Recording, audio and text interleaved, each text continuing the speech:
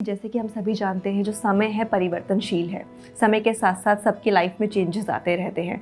तो आप लोगों ने समय के साथ साथ अपने जो पार्टनर्स हैं उनमें या फिर अपने जो आपसी रिश्ते हैं उनमें कुछ बदलाव महसूस किए, कुछ चेंजेस महसूस किए और उन चेंजेस के दौरान कैसे एक दूसरे को सपोर्ट किया आप लोगों ने? See, for me, तो Rakesh has always been traveling a lot. Platform change हुए हैं, कभी शोज हो रहे हैं तो कभी टीवी शोज हो रहे हैं तो कभी फिल्म इंडस्ट्री हो रही, मतलब बॉलीवुड फिल्म्स हो रही हैं। तो राकेश का ट्रांजिशन तो हमने ऐसे देखा है, like you know, then he started writing, then direction, you know. तो उसमें क्या होता है कि कभी ट्रैवल, जब यंग थे, बच्चे छोटे थे, तब राकेश का ट्रैवल बहुत ज़्यादा था। फिर कब ट्रैवल कम हो गया बिकॉज फिर राइटिंग, फिर अब डायरेक्शन है।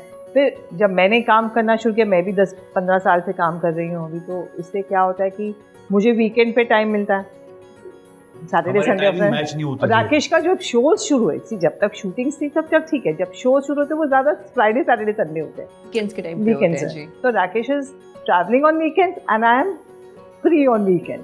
सो how to gel these things together, जी, तो ये दोनों चीज़ों को अंडरस्टैंडिंग की ज़रूरत होती है जो कि कैसे हम एक दूसरे के साथ टाइम बिताएं, कैसे जाएं। तो इस वजह से कभी कोई कॉन्फ्लिक्ट होता है या जैसे कुछ? एक बार मैं बहुत लंबे टूर पे गया था, तो जब मैंने बेल बारी थी, उसने दरवाज़ा इसने खोला, तो इसने बोला, भाई साहब आपको पहचाना नहीं लेकिन देखा कहीं ज़रूर है। भाई साहब आपको पहचाना नहीं होगा। तो मैं कभी ऐसे बोलूँ लेकिन देखा ज़रूर है कहीं। देखा जरूर। हाँ, नहीं, बच्चे ऐसे कहते थे। जब बच्चे छोटे थे तो बच्चे नेचुरली स्कूल जाते थे, तो they used to go off to sleep कि 8 साढ़े 8, तब तो राकेश की TV series and all were on, and अब 10 बज जाते हैं घर आते।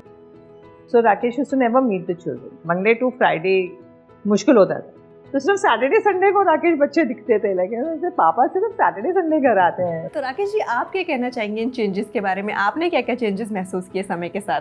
नहीं, देखिए चेंजेस, मैं एक्टर की जो लाइफ है वो, उसका बेसिक मज़ा ये है, अगर उसमें कुछ एक फ़न है जो मैं समझता हूँ, वो ये है कि वो अनप्रेडिक्टेबल है। उसकी अनप्रेडिक्टेबिलिटी ही उसका फ़न है, you know. It's not like एक जॉब नहीं है कि मतलब आप इस पोस्ट पे, कुर्सी पे बैठेंगे और 40 साल अगर दफ्तर में काम करेंगे तो आप वो कुर्सी सामने वहाँ से यहाँ से वहाँ, वहाँ से वहाँ, वहाँ से वहाँ पहुँच जाएंगे। आज आपकी इतनी सैलरी है, 40 साल के बाद उतनी सैलरी होगी, यू नो। ये फिक्स नहीं है कुछ। तो एक उसमें जो अनसर्टेनिटी है वो उसका मज़ा है कि अब क्या होगा। तो फिर जब आपको टाइम मिलता है तो उनकी नाराज़गी दूर करने के लिए आप क्या करते हैं? चमचागिरी। हाँ बिल्कुल, फुल आउट चमचागिरी। तुमसे हसीन कोई जी मान जाती है, खुश हो जाती है। नहीं, कहाँ मानती। मैं घर पे होंगी तो मानूंगी ना, मैं कौन सा घर पे, पर नेचुरली लॉकडाउन ने तो बहुत कुछ सिखाया। जी।